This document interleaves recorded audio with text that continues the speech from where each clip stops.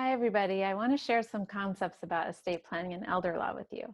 I'm used to having a live audience or a group of people who are here to learn about estate planning and elder law. And today I just get to look at this camera and pretty much talk to myself, hoping that you're out there listening. So I'm going to introduce these concepts in a very brief way to make this video short and user-friendly, but we have lots more information to provide at another time. My law partner and I started out as friends over 11 years ago. We started this firm not knowing what we wanted to do and looked at all the areas of law to figure it out. We settled on estate planning and elder law not because we had ever done it before, because we hadn't, but because we wanted to serve people, help our communities, have relationships that are lifelong, and really make a difference in people's lives. So this is what feeds our soul. It's all we do, estate planning and elder law. So fast forward now, 11 years, we have a team of 10 of us, and we are all here to treat our clients like family and make this process as easy for them as possible. So goals for tonight, or goals for any time you're watching this, I guess. I want to quickly teach you about the overview of estate planning and elder law. I want you to use us as a resource whenever you need us. And I'm really hoping that you will forward this video to family, friends, people you care about, because this concept is really important always, but especially now.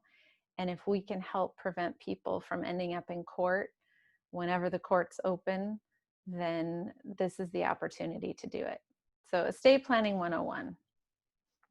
I normally have slides. This is like a whole back and forth with lots of questions. So bear with me. This is really weird for me. So the first document is an advance directive. Arguably right now it's the most important one. So who stands in your shoes to make medical decisions should you need that kind of help? And most importantly, what are your wishes? Have you had these detailed conversations with people to let them know all of the things that you care about, the things that bring you comfort, the things that don't, if you can't speak for yourself, what quality of life means to you, and what kind of treatment you would want given certain circumstances? Most people haven't, and this is the time to do it. A power of attorney is also if you're incapacitated, and it handles, your agent handles everything other than health. So bills and taxes, dealing with insurance. I hate all that stuff, by the way. But somebody has to do it. And there's usually a person in each family who doesn't mind it as much. Those two documents, the advance directive and the power of attorney, are both needed once you turn 18. So if your kids are 18, you legally can't make those decisions for them anymore. If you are married or have a significant other, you can't make those decisions for each other either. You have to have these two documents. Otherwise, you're headed to conservatorship, which is an extraordinarily expensive and invasive process that we want to avoid. That is lifelong intervention by the court in your lives. I'm not going to go into all the details because I don't have time, but we do have those videos and that information on our website, and we're happy to talk by phone as well. So the baby estate plan is the advance directive and power of attorney. Once you are older, you have assets, you have children, then we talk about wills and trusts. They both say what happens when you die and who gets what. But all wills go through probate as long as you have over $166,250 that is not transferred by a beneficiary designation. So again, I don't think people realize that wills go through probate, but they do. Our probate process is really expensive. It's a formula, so don't take this as legal advice, but it's roughly 4% of your estate. You do not get to subtract the debt of your mortgage. So given how expensive real estate is in California, and most of us have mortgages, it really adds up. And then a trust enables us to avoid probate. It enables us to, what we lovingly say, control from the grave, so that your kids don't get everything outright at 18 like they do in a probate. 18-year-olds who can handle tens of thousands of dollars or more? Because I don't. Most of that money would be gone.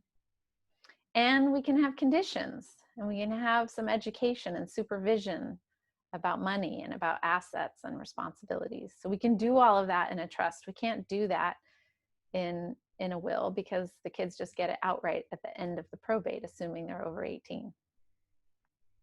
So we have this, what I've learned over time is a pretty unique definition of estate planning and a successful estate plan. So first and foremost, it has to honor your wishes. That means we have to know what they are. So we have to really have difficult discussions sometimes. We want to avoid court. So we have to do everything really clearly and pick all the right people. And we have to fund your trust. If you have a trust, your assets need to be retitled into the name of your trust. Otherwise, we end up in court afterwards. And then probably last but not least, and the most important thing is we want to maintain family harmony. That's all we have left when we're gone, is that our family still loves each other. So sadly, we have many clients where their families did not set this up well for a variety of reasons, and the kids don't talk anymore. And that is just heart-wrenching. So you'd think that that definition would be common, but unfortunately about 95% of the estate plans we see from other sources, lawyers and online sources and all of that, 95% of them have a fatal flaw in one of those areas, and the client most often has no idea about it.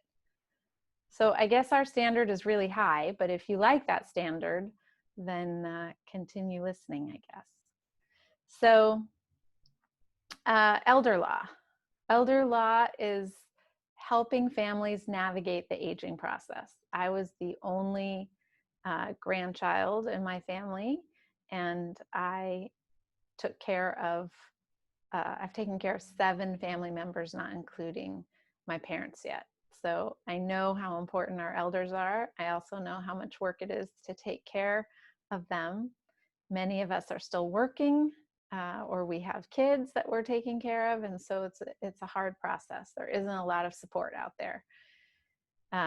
So it's that role reversal when elder law is triggered, in that role reversal, when we have to start caring for our family members. Family dynamics sometimes get bad, and we want to make sure that we can do whatever possible to mitigate that. Sometimes caregivers are overwhelmed. Sometimes the older person is running out of money. Sometimes the family just needs resources and support. And sometimes that elderly person is a wee bit difficult, and we need to do certain things to help him or her out.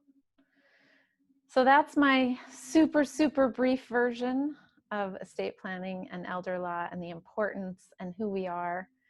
If you want, you can reach out to us, and we're happy to have a complimentary phone call to talk about your specific family situation to see how we can help you. We can also send you a checklist of how to improve your estate plan, and we're here for you. This is a weird time, and we want to be of service to you, to your family, to our community.